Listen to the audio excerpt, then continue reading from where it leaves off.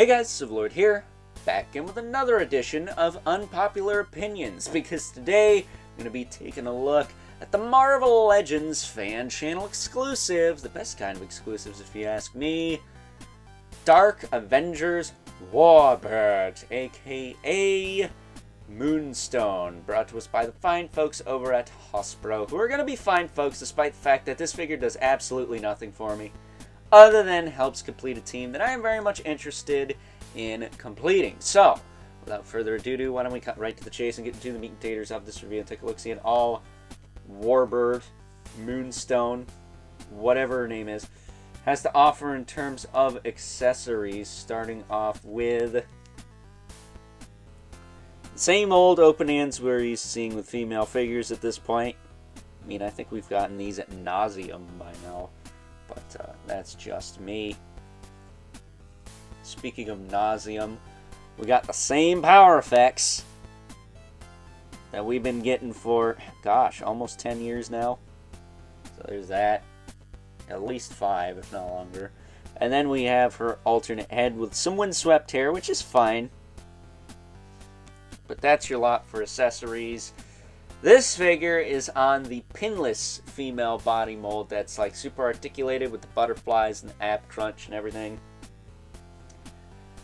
It's also the same body that the infamous Target exclusive Warbird, Carol Danvers, that we were never able to find, used, and that was a lot of people's #1 Marvel Legend of the Year. To that I have to say, what in God's earth were you smoking? Because this figure is not all that in a bag of Cheetos. And if this figure ain't, with a little bit more paint apps, then that figure sure as hell wasn't. Personally, I think the best figure to utilize any of those parts was the Deluxe Phoenix Jean Grey figure with the Phoenix Force. Far more interesting. Way more interesting.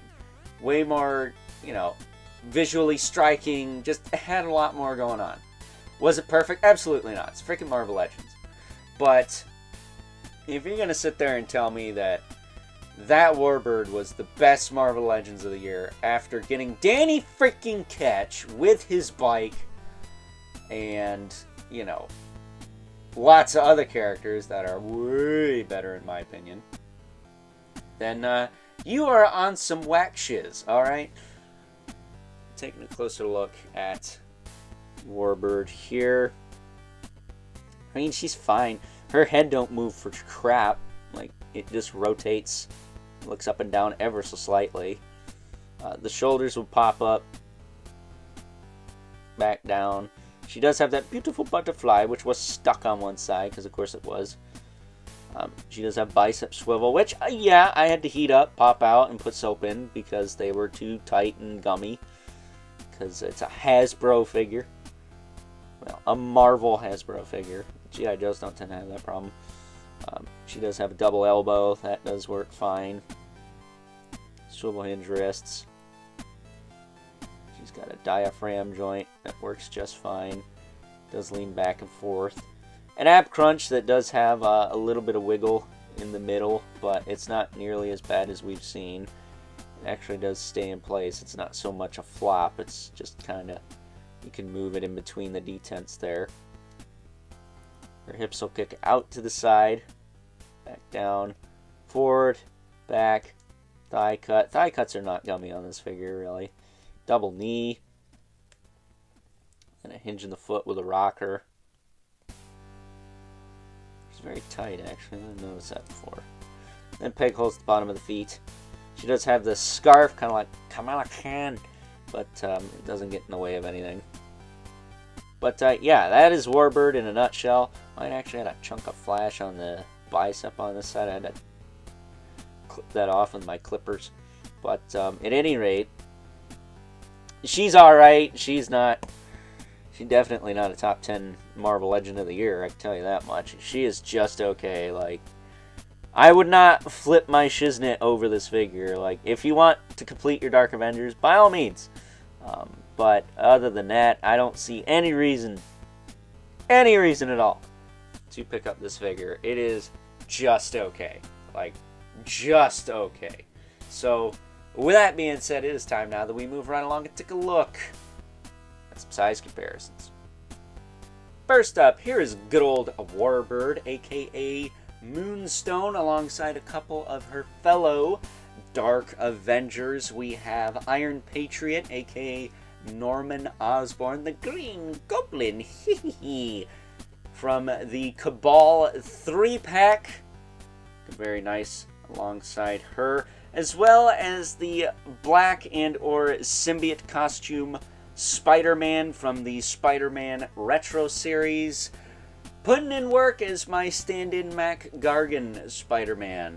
At the moment, as far as current offerings for the Dark Avengers are concerned, we do have that new Dakin, or Dakin, whatever. Not to be confused with the rock band Dokken, because you gotta be rocking with Dokken, right? We got him coming in that new mini-comic wave, which I do have some things to say about that. We do have the Walgreens exclusive Sentry from a couple years ago, but I think he's too small. I think he needs to be on a body mold like that new Crossbones that's coming out with Madame Mask. I guess if you wanted to, you could use that Deluxe Gamerverse Venom as Mac Gargan too, because Venom is pretty big in the Dark Avengers comics later on. Marvel Boy is part of that team, but the figure we got of him doesn't match that look. So is Ares, but that figure's super dated. And Bullseye Hawkeye is also a member of that team, but again, super dated. I think that's most of them. If I'm not mistaken, that is most of them. So fingers crossed we get updates to the ones that need updates, and you know, the ones that do get updates are a little better in Warbird here, because again, she doesn't do a whole lot for me. So getting these two out of the way.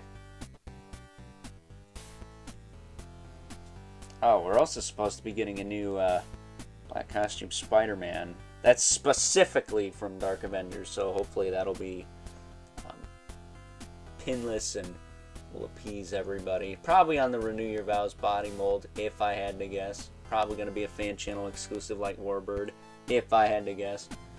But now we have our two regulars, the Mythic Legion's Brother Mandibulus, and the 11 Spawn, who as usual towers over everyone because he is not a 6-inch scale figure. So with that being said, it's time now that we wrap things up with some final thoughts. Overall, and while I do understand the hype around the Target exclusive Warbird that this version of Warbird is based off from, I gotta be honest in saying it doesn't do a whole heck of a lot for me. Personally, it is just a blank female body that Hasbro is going to repaint over and over and over again once they finally quit using the Super Gummy Chungus female body from, what, 10 years ago? 15 years ago? It's been a hot minute since that crap body's been a thing, but yeah, I can't say this figure does a lot for me, other than it fills out a slot in a team that I am very much interested in completing. So take that for what you will. If you like the figure, good on ya. If not, I can see why. So with that being said, I hope you guys enjoyed this review. Until next time, I'll catch you guys later.